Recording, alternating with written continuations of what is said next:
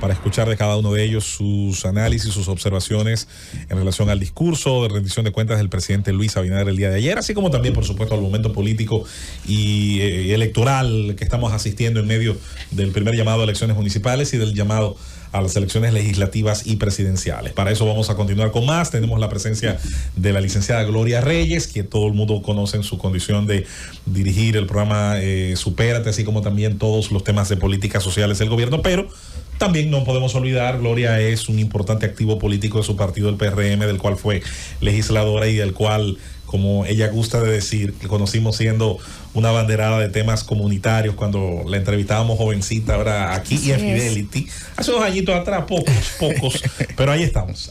Buenos días, Gloria. Buenos días, la verdad que yo me siento muy contenta aquí porque hay gente muy querida. Esto está fuerte, aquí hay una batería fuerte de periodistas, comunicadores y profesionales de la comunicación que generan incidencia y opinión, o sea que yo felicito a este espacio porque está logrando calar con calidad, sobre todo en momentos donde la comunicación tiene unas críticas muy profundas en el nivel de calidad y veracidad de las cosas. Esto es un experimento social permanente. Ay, los experimentos Gloria, sociales, eso sí está de moda estos días. Te recibimos con mucho agrado en el gobierno de la mañana. Gloria Reyes, una de las figuras de la nueva generación de muy calificados políticos jóvenes que integran el Partido Revolucionario Moderno en este caso.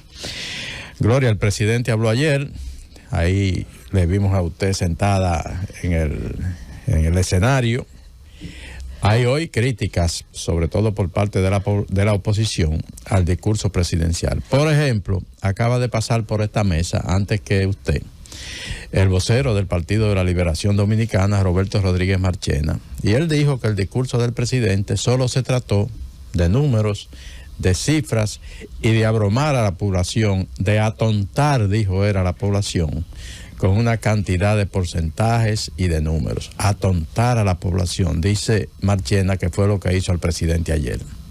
Bueno, yo creo que, como todos sabemos, el vocero de la oposición o del partido principal de oposición es muy bueno en retórica, es una de sus fortalezas, es un gran comunicador y un estratega de comunicación y puede decir cosas que suenen muy bonitas, pero si nos vamos a la esencia de su argumento, ¿qué es lo que ellos siempre han pedido? Evidencia, datos, información, es lo que la oposición siempre ha reclamado.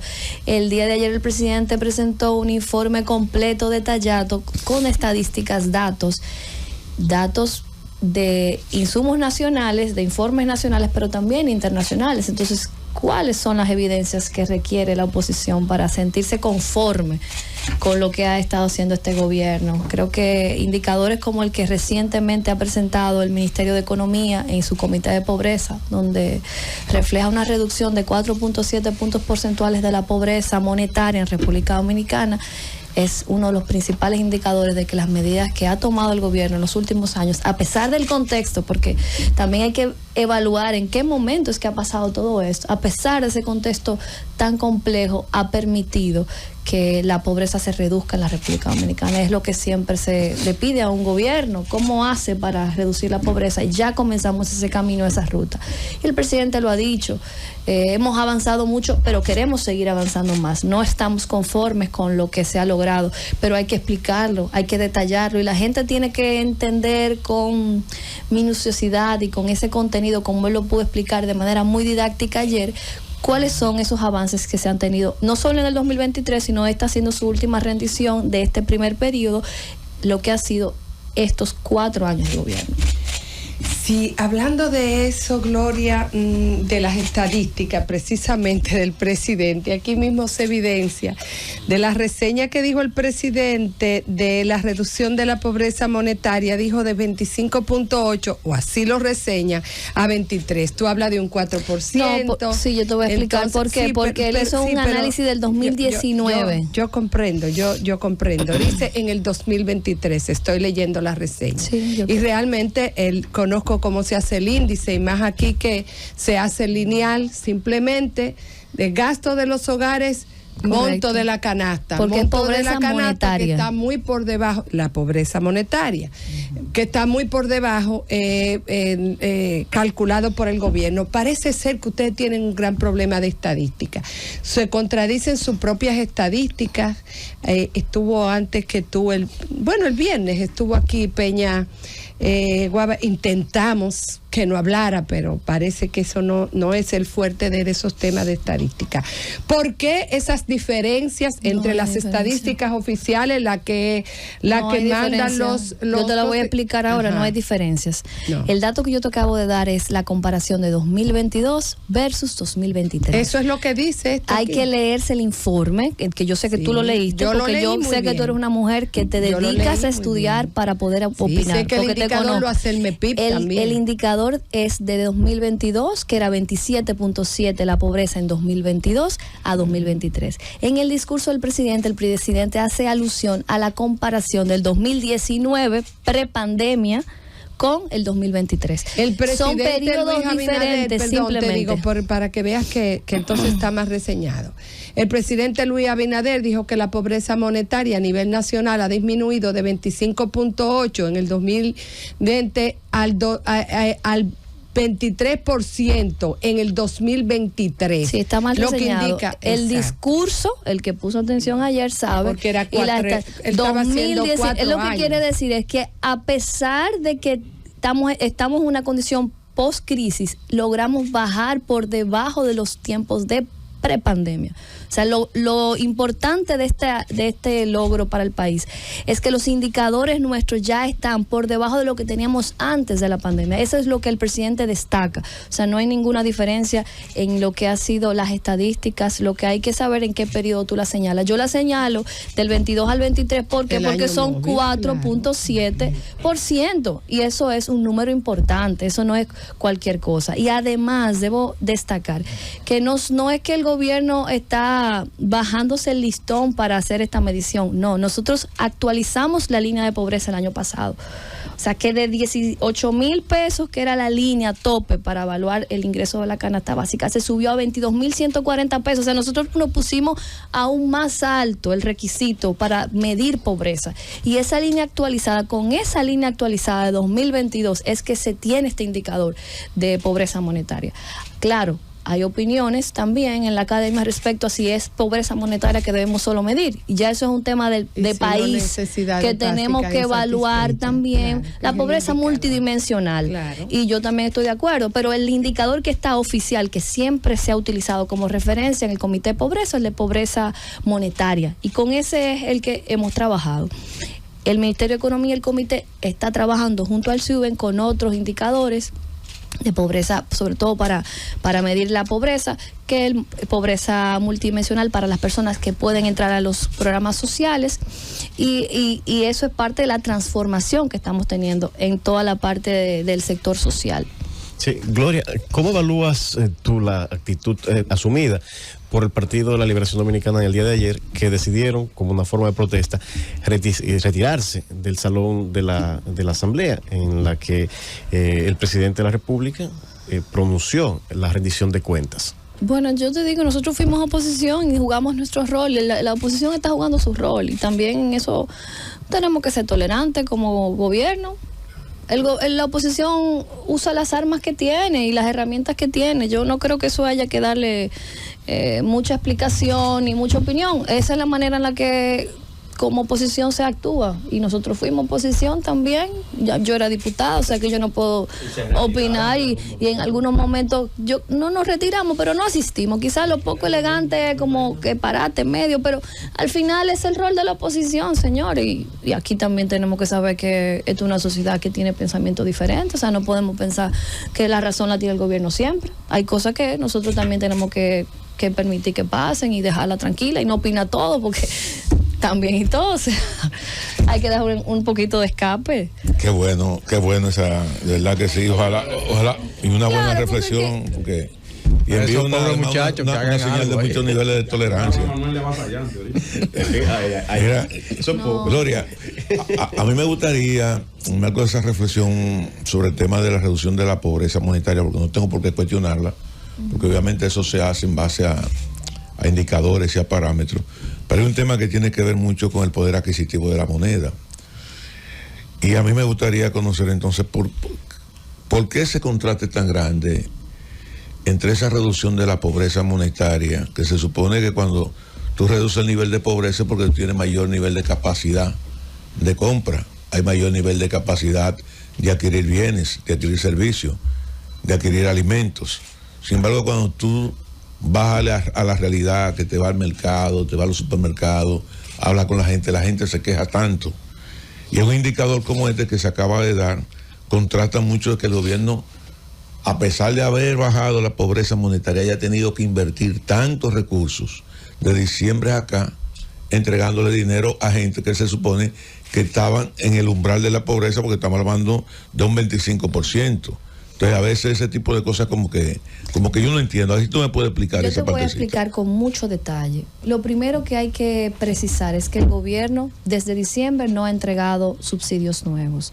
Nosotros nos hemos apegado a lo que establece la ley electoral y la última nómina de inclusión se hizo a principios de diciembre de este año. No hay nuevos beneficiarios en los programas sociales, no hay entregas de programas nuevos en el año 2023. Nosotros tenemos un periodo de gracia, si se podría decir, entre las municipales, y me parece que la proclama será el 15 de marzo, si no me equivoco. Por ahí tendríamos ese periodo para hacer alguna inclusión de algún programa pendiente, pero no ha habido ningún programa nuevo, ni se han entregado ningún tipo de subsidio adicional a los que están programados y presupuestados. Sí, todo eso ha sido una mentira burda, lastimosa de la oposición, recurriendo a un recurso que para mí es lamentable, que es el de mentir, porque hacer oposición se puede hacer siempre con la veracidad, sí, con pero argumentos. ¿Tú sabes que se emitieron 2.500 millones, 250 millones de bonos navideños que ustedes no tuvieron absolutamente nada que ver con eso, de la presidencia de la República? Sí, y se entregaron en diciembre, y se usaron en diciembre, como se hacen en todos los años. O sea, ¿de dónde está la tarjeta que supuestamente usaron? Porque para tú entregar, como dijo la oposición, la cantidad que dice, tú tienes que verla en algún lado consumiéndola, y yo no las he visto. O sea, si supuestamente se le dio un uso para estas elecciones, ¿dónde estaban? ¿Dónde la consumieron? ¿En qué supermercado? ¿En qué comercio? O sea, eso es una mentira. Y es una pena que ese sea el argumento para generar confusión y lamentablemente distorsionar la realidad. Ahora bien, para responder esta parte, es importante acotar. Si le revisamos el informe del Ministerio de Economía de esta semana, uno de los indicadores que aportó más a esa reducción de la pobreza son las transferencias monetarias y la alimentación escolar. En conjunto, 2.5% permitieron que no aumentara la pobreza. La alimentación escolar de los muchachitos todos los días en la escuela y las transferencias monetarias. Entonces, parte del que hoy podamos decir de que se redujo la pobreza es porque se ampliaron los programas sociales, sumado al incremento de los salarios mínimos, a los nuevos empleos, a la formalización de muchos empleos de calidad que hemos tenido. Entonces, esas son las razones. O sea, si tú dices, bueno, ¿y cómo es que si hay menos pobreza hay más personas en los programas? No, es que hay menos pobreza en parte porque se cubrió una población que en el pasado quizás no estaba protegida o no tenía el alcance de estos programas, y además se duplicó el monto de los programas. Pero si escuchamos el discurso del presidente ayer, por ejemplo, indicadores como casi universalizar el seguro de salud pública, ¿cuánto eso representa para una familia? En el ahorro, en el bolsillo directo de una familia pobre, el seguro SENASA. Pero pensemos otra cosa, el transporte escolar. ¿Qué significa eso para una familia humilde? Que a veces hasta cuánto le cuesta un motoconcho para llevar a los muchachos, que en muchas de las zonas tienen que ir en motoconcho porque no hay transporte público de carro o de guagua. Eso también es un ahorro para las familias. Entonces, es la suma de todos esos programas que, aunque nosotros quizás desde la mirada de clase media no tenemos el impacto directo para eso, en las familias vulnerables representa realmente un alivio a esa carga de gastos y por ende una mejora en su condición de vida que se refleja en la reducción de la pobreza. Gloria, fuiste diputada de la provincia de Santo Domingo, área de circunscripción 3, ¿verdad? Área de los Alcarrizos, las 5. La verdad que no sé cómo Decían la blanquita, la rubita, en una ahora, zona. Ahora Junior Santos me ha puesto de que la popiguá. Una zona aparte. Te la Luis, pongo, pero bueno, de que la lograste, igual. En 2 años se pegó un dembow y de has eso, seguido sí, trabajando bueno. ahí. Tú has seguido trabajando política ahí. Primero quiero ver cómo está la situación para la senaduría de la provincia Santo Domingo y qué te parece que los 3 partidos de rescate, Alianza Rescate, llegaron los 3 a 23 acuerdos en provincia. ¿Y cómo ves el panorama ahí? ¿Tienes un número ya de cuánto tendría el PRM aliado? ¿Cuántos senadores? Bueno, ¿Se incluye la provincia de yo Santo creo Domingo? que sería muy especulativo en esta primera etapa, apenas una semana de las elecciones municipales, con lo que eso representa. El impacto de las elecciones municipales en el imaginario político electoral dominicano y cómo 2 días después de las elecciones se amaneció con una idea diferente de algunos lugares donde se pensaba que el PRM quizás no la tenía tan cómoda. Y bueno, hoy vi inclusive una encuesta que salió del Distrito Nacional muy interesante a nivel de la senaduría. Yo creo que en el Gran Santo Domingo el hecho de que de 15 territorios, 14 territorios están ahora dentro de la dirección del PRM en sus alcaldías es un reflejo de la fuerza que representa el PRM en esa provincia, con lo cual la senaduría y la presidencia, desde mi punto de vista, tienen un pase muy cómodo en las elecciones de mayo. Eso sin duda. Y de igual manera, en lugares como el Distrito Nacional, como decía, que también siempre, desde la visibilidad que tiene esta plaza, por ser la principal plaza del país, ha generado mucha notoriedad esa disputa que hay en la senaduría. Y con relación al panorama nacional, yo te diría que hay que esperar unos días más para ver cómo se van, como decimos en buen dominicano, acotejando las favorabilidades y los apoyos a nivel del territorio, pero sin duda, sí, yo creo que hay algo que está muy claro. Primero, que el presidente Luis Abinader gana en primera vuelta. Eso creo que ya no es un tema de discusión. Inclusive el hecho de que la oposición no se haya aventurado a unificarse es justamente con ese propósito de, sabiendo ellos que van a perder, poder preservar y luchar por un segundo lugar. Eso está claro. El que tiene un mínimo de inteligencia política y razonamiento político sabe que la oposición lo que está ahora en una lucha de cuál será el que quedará en segundo lugar. Ya la contienda no es contra Luis Abinader, porque la contienda contra Luis Abinader ellos saben que la perdieron. La contienda ahora está entre el PLD y la Fuerza del Pueblo. ¿Quién se coloca en segundo lugar? ¿Cuál será la principal fuerza opositora? Y ellos van a luchar por eso. Por eso no se pudieron unificar en decidir un candidato presidencial, que era lo que la mayoría de gente esperaba. Y estratégicamente tratarán de mantener algunas fuerzas en las senadurías, que es una estrategia muy, muy atinada desde mi punto de vista, haciendo ya un análisis político de parte de ellos. Hacer su mayor esfuerzo para tratar de lograr algunas plazas.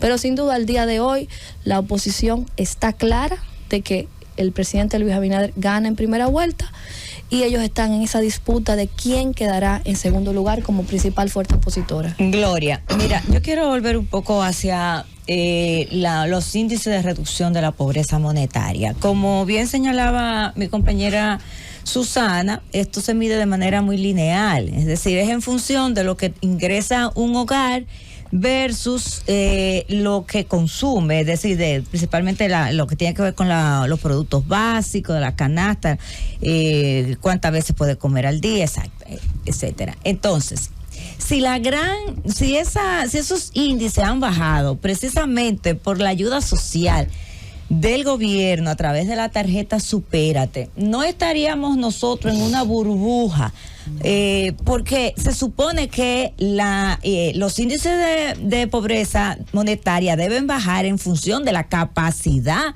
que tiene ese hogar para ingresar dinero producto de su inserción laboral, de su trabajo, no en base a subsidio. Entonces, de repente estamos como viviendo en una burbuja de que yo te subsidio, que además el gobierno tiene que endeudarse bastante, porque gran parte de los préstamos que ha tomado el gobierno es precisamente para subsidio, y dentro de esos subsidios, que son de otra naturaleza también, pero básicamente lo de los programas sociales sociales tienen un porcentaje sumamente alto, para entonces yo forzar a bajar esos índices de pobreza monetaria, cuando en realidad lo que tengo es una gran población incapaz de generar sus propios ingresos.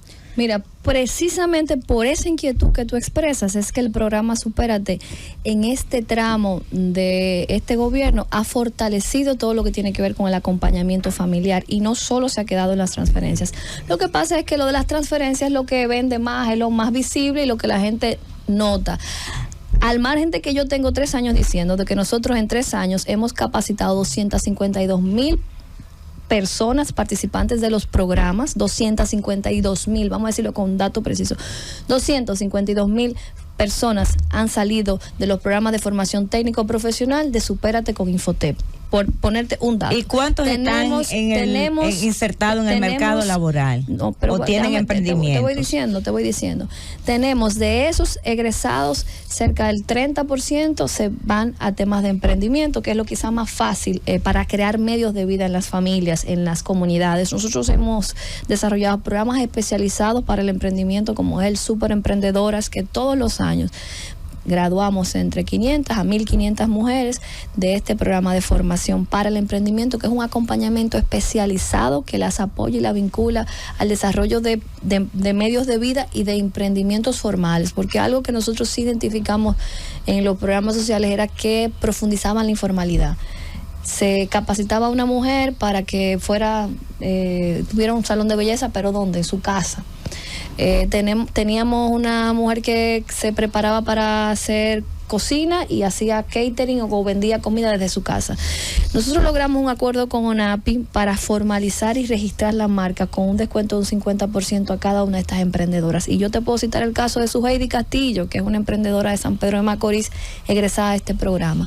Ella salió, puso su spa, su centro, como ella le dice, su centro de spa, y ella me escribió esta mañana, casualmente venía hablando conmigo porque ella quiere ahora estudiar enfermería y quiere que la apoyemos con una beca para enfermería. Suheidi me dice que ella tiene ahora 3 personas empleadas con ella de su salón. O sea, ella comenzó sola en la marquesina de su casa hace 3 años y hoy, 3 años después, tiene su centro que está ya registrado, formalizado, y tiene 3 personas trabajando para ella. Entonces ese es el enfoque de emprendimiento que nosotros queremos ver, un enfoque que genere bienestar no solo a la familia, sino a la comunidad. Y en esa línea, justamente, y aprovecho porque de esto yo no he hablado públicamente, pero lo voy a hablar aquí por primera vez, el tan cuestionado préstamo de Supérate, los 100 millones que le han dado tanta promoción, a mí de verdad que me da mucha risa, porque primero, un préstamo no se formula en 5 meses ni en 6 meses, toma años. Tú lo sabes, Susana. Formular un proyecto de financiamiento te puede tomar hasta 2 años. Y segundo, para iniciar, luego de aprobar un proyecto en el Congreso, se toman por lo menos 6 meses para su implementación. Y tercero, un proyecto de financiamiento no se consume en 1 año.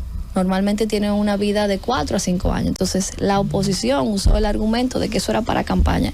El programa de ese proyecto principal tiene que ver con las rutas de superación de la pobreza vinculada al emprendimiento y a la empleabilidad. Justamente ese proyecto lo que procura es fortalecer con más de 35,000 participantes que van a estar acompañados de manera directa para eso que tú señalas, porque no es sostenible el tipo de apoyo con solo el subsidio, porque es un apoyo que sería entonces permanente. Lo que nosotros queremos es que la gente salga de esa condición de vulnerabilidad. Por eso cuando transformamos de Prosol y de Solidaridad a Supérate, el mandato era muy claro, era ese instalar en el imaginario de la gente, en el comenzar una nueva cultura de lo que son los programas de acompañamiento, que son ya programas de graduación, programas que procuran que la gente pase un tránsito dentro de la protección social, pero que pueda graduarse y lograr autonomía.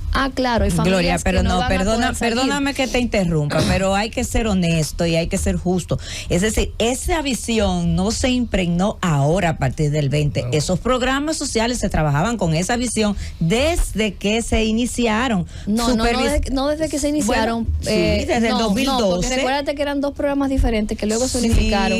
Cuando inicia ese interés, esa intención, que fue una intención, fue ahora, cuando se fusionan los dos programas. En el 12. Solidaridad y en el Progresando. 2012. Ahí es que se inicia esa intención que nunca se logró materializar. Sí, se materializó, porque Gloria. no hay un indicador que exprese la graduación, ni siquiera teníamos criterios de salida de un programa. Sí, o sea, no había, Gloria, no, pero, lo tenía, mi amor, no, y están ahí Violeta, los informes del Banco Mundial y del Banco Interamericano de mira Desarrollo lo que pasa. y del PNUD. No, mira lo que pasa. Ahora que ustedes, pero oye te bien, puedo oye explicar, Gloria, ¿a qué yo me cariño, refiero? cariño Mira. mío, ahora que tú al frente de ellos lo hayas continuado, hayas No, es que no he continuado. perfeccionado No, algunos no es ítems eso. del mismo. No. Es otra cosa No. y está muy bien y qué bueno que haya sido y así, tú- pero yo te no quiero que era aclarar. diferente a No, eso. Yo te porque quiero no era aclarar así. lo siguiente. Nuestras instituciones trabajan con lo que se llama un manual operativo de procesos. En el manual operativo de procesos de solidaridad no existía un criterio claro de entrada y salida al programa. Eso no es verdad. No existía. No existía un dato, un indicador o indicadores que dijeran cuando una persona se graduaba del programa o cuando ya no necesitaba la ayuda. Eso no existía. Existían iniciativas de capacitación y acompañamiento familiar para ayudar a las familias. Sí, existían capacitaciones y acompañamiento familiar, pero no existía una estrategia de graduación para las familias participantes de los programas. Por eso teníamos una población que no se movía en más de 10 años. Tenemos participantes que están en los programas desde el inicio del programa. Entonces, yo no critico lo que se haya hecho, siempre he valorado lo que se ha hecho y siempre digo que el programa Supérate es una evolución de los aprendizajes de todos los años del programa, no solo de los años que estuvo la oposición, sino de los años desde cuando doña Milagros inició el programa en el Ministerio de Educación. Es un aprendizaje como Estado. Ahora, no podemos decir que se hacía algo que no se hacía, y yo eso no lo voy a decir, lamentablemente. Una cosa es lo Bueno, que entonces tú los presentabas, organismos internacionales mentían en sus informes. pero que no es que mentía. Claro, No, porque yo te estoy estaban hablando ahí. de datos reales de cómo funciona una institución. Yo no puedo decir otra cosa. Que hay indicadores de mejoría, claro que hay indicadores y nosotros los reivindicamos siempre.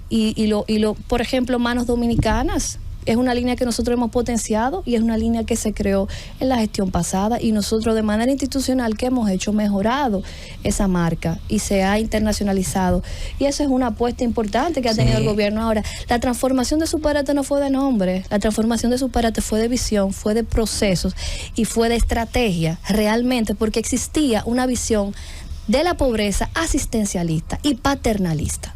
Nosotros como Estado somos los papás de ustedes. Los pobres hacen lo que el Estado diga y nosotros no creemos en eso. Nosotros creemos que la pobreza, la vulnerabilidad, hay que apoyarla, acompañarla para salir de esa condición de vulnerabilidad.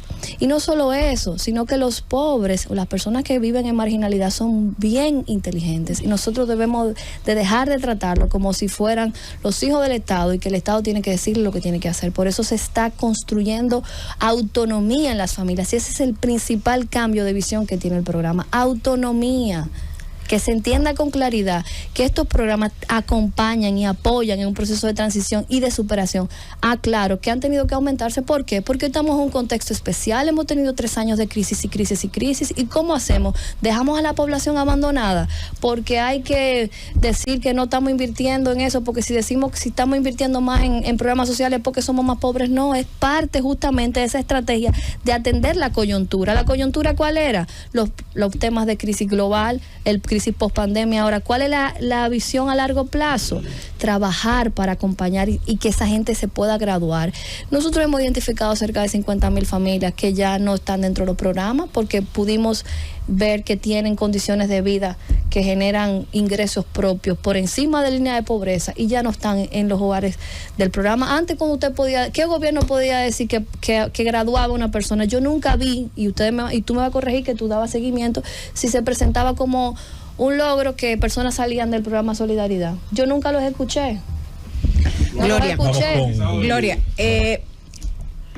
El presidente habla de la entrega de 147 mil millones en ayuda social, y la ayuda social tiene un punto fundamental, que es el SIUVEN. El SIUVEN, una entidad que no solamente registra, y no es de ahora, o sea, no solamente registra desde hace años a la gente y los niveles en los que entra, sale, en los que se mueve, sino también que está supervisado y auditado, que es fundamental, tanto por organismos nacionales como por organismos internacionales. Me gustaría que tú explicaras cuál es ese esquema operacional del SIUVEN, cuál es ese esquema del que parte toda la repartición de la ayuda social, porque hay mucha gente que habla de que se entregó como si tú puedes salir con una funda de tarjeta Solidaridad a entregársela a cualquier persona que locura, mira, que encuentres en la calle. Sobre todo, a mí me parece hasta una manera, yo puedo decir que perversa, de la oposición cuando hace argumentos de ese tipo, porque ellos fueron que crearon el sistema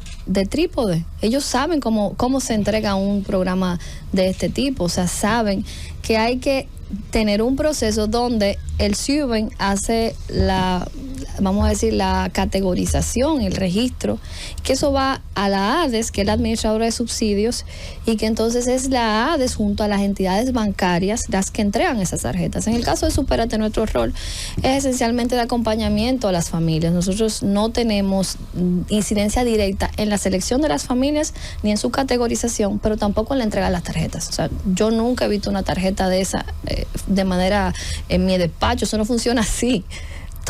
Yo solo veo esto desde Supérate en datos, en una nómina de participantes, que es la que nosotros todos los meses enviamos para que ADES, junto a las 3 entidades bancarias que son parte del sistema de subsidios, haga los pagos o las emisiones, los cambios de tarjetas, etcétera, etcétera, etcétera. En caso del SIUVEN ha tenido en estos últimos años una evolución muy importante por varias razones. Primero, porque SIUVEN era una caja cerrada donde no se podía tener información de nada. O sea, SIUVEN solo funcionaba para el gabinete social, lo cual no era útil para las políticas públicas.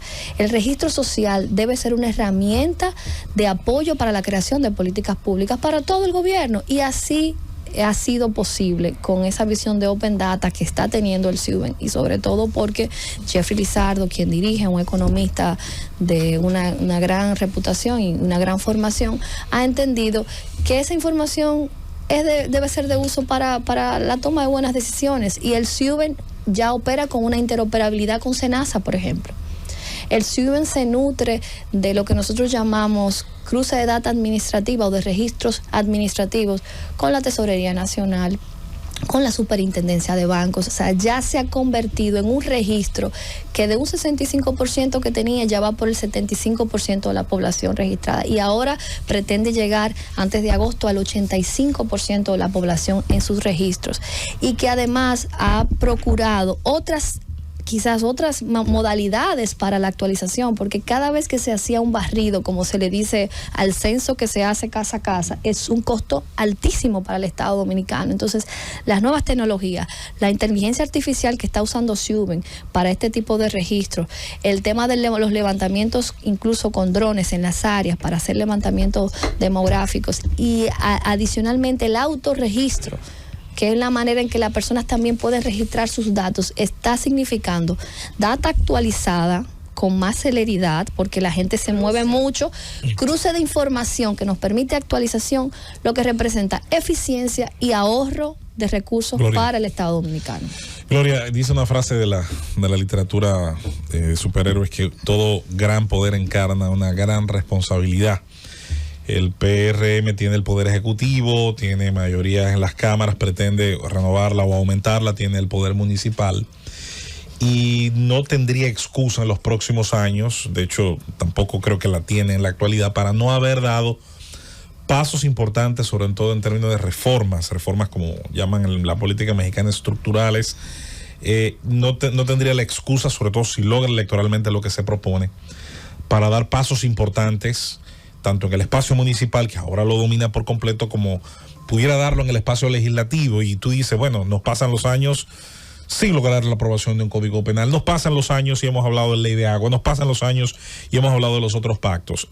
Y me ha faltado, dentro de la propuesta política, precisamente los compromisos de lograr dar esos pasos. Te pregunto, en tu condición de una joven política que estuvo en el Congreso, que actualmente está en una posición dentro del Poder Ejecutivo, ¿no pudiéramos al menos en los meses que nos están restando hacia el llamado a los dominicanos a votar por legisladores y por el presidente y por lo tanto por sus autoridades, tratar de insuflar, de inyectar, de darle algo de color también al tema de que si le vamos a dar todo este poder a un partido político, a una agrupación política, vamos a hacerlo con el compromiso de que no habrá excusa para lograr dar esos saltos que tanto hemos extrañado, que tanto hemos reclamado en legislaturas anteriores, en procesos anteriores? ¿Tu opinión? Bueno, es que eso es justamente lo que todos esperamos, que así sea, como tú muy bien estableces. Creo que parte de esa expectativa de la ciudadanía y de la clase política en su conjunto. Yo he sido una crítica del Congreso actual, porque creo que muchas de las transformaciones que han debido darse se han quedado ahí justamente por esa...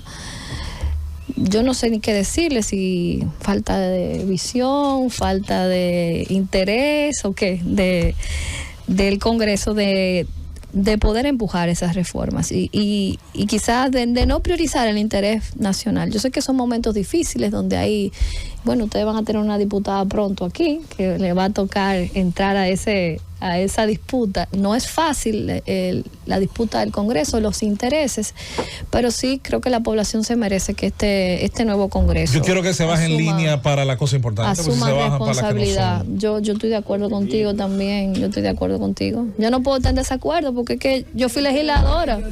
Coño, úsala. Por eso yo estoy de acuerdo. Porque ya ustedes pasaron la ley del DNI, que era difícil. Podrán imponer todo lo que quieran. Pero por lo menos que impongan lo útil. Las líneas se bajan donde no intervienen muchos intereses. No hay un gran poder, es una gran responsabilidad. Yo estoy de acuerdo. Una gran irresponsabilidad. Y si tienen el poder, entonces va a haber un reclamo y debe haberlo. Yo estoy de acuerdo con ustedes, yo no puedo decir otra cosa. Bueno, nos vamos de acuerdo todos. Gracias, Gloria. Gracias, Gloria, por esta participación interesante. Un día donde obviamente es bueno que el país escuche el análisis de cada una de las fuerzas políticas, de sus representantes, de sus voceros, claro. Con respecto al discurso de rendición de cuentas del presidente el día de ayer. Lo bueno, lo bueno, ya lo bueno hay que promoverlo. No hay nada malo en ella. Gracias, qué lindo, gracias. Mira, ese hombre es tacaño con sus piropos. Te lo agradezco. Que Felipe le no, de verdad, ojalá todo. Una persona joven con un nivel de prudencia extraordinaria, ¿eh? Así es. Óyeme, con un nivel de prudencia extraordinaria, pero sobre todo con los pies en la tierra. Ay, oye, Gloria, eso es graba esto. No, Felipe. No, yo se lo agradezco a Felipe. Primero, no le da elogio. No, primero viniendo de Felipe y segundo porque Felipe ha sido crítico mío en momentos donde él entiende que debe hacerlo. Entonces eso lo hace. No, pero eso lo hace. Eso le da más valor a lo que él está diciendo, porque en verdad a veces estar en estas posiciones públicas no es fácil.